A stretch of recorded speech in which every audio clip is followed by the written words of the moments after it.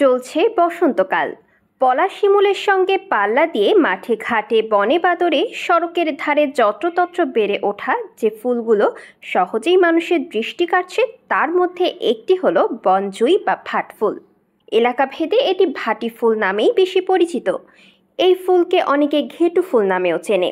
বিভিন্ন এলাকা ঘুরে দেখা গেছে ঝোপঝাড়ে জঙ্গলে রাস্তার পাশে এখানে সেখানে নিজের সুন্দর রূপ ও সুবাস ছড়িয়ে মানুষকে মুগ্ধ করছে ভাটি ফুল। দেখে মনে হচ্ছে ছোট্ট সবুজ গাছে সদ্য ধানে ভাজা খই ফুটে আছে।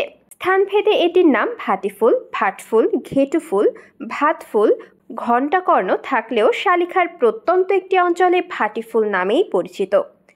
বনজ ভাটি ফুলের অপার সৌন্দর্য আর রূপলাবণ্যের কারণে বাংলা সাহিত্য ও সংস্কৃতিতে ভাটি ফুল স্থান করে নিয়েছে। তাই তো প্রকৃতির কবি জীবনানন্দ দাশও পড়েছিলেন ভাটি ফুলের প্রেমে।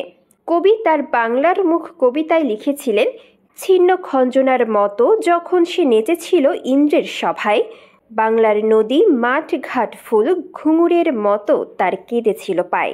জানা গেছে ভাট গাছের আদি নিবাস বাংলাদেশ, ভারত ও মায়ানমার। ভাট গাছের দণ্ডায়মান প্রধান কাণ্ড 2 থেকে 4 মিটার লম্বা হয়।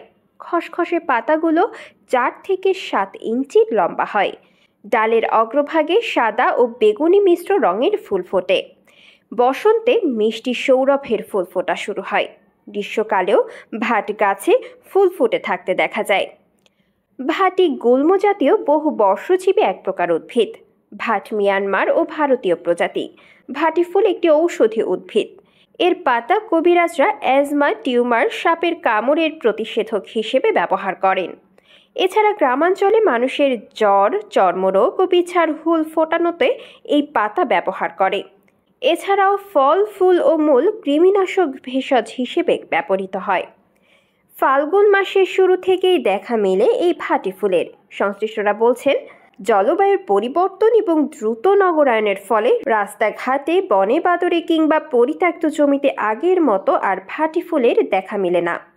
এটা কয় ভাটি ফুল, এই সময় এগুলো এখন ফোটে, 12 মাস ফোটে না। এগুলো হচ্ছে আমার হিন্দু সমাজে ভাটি দিতে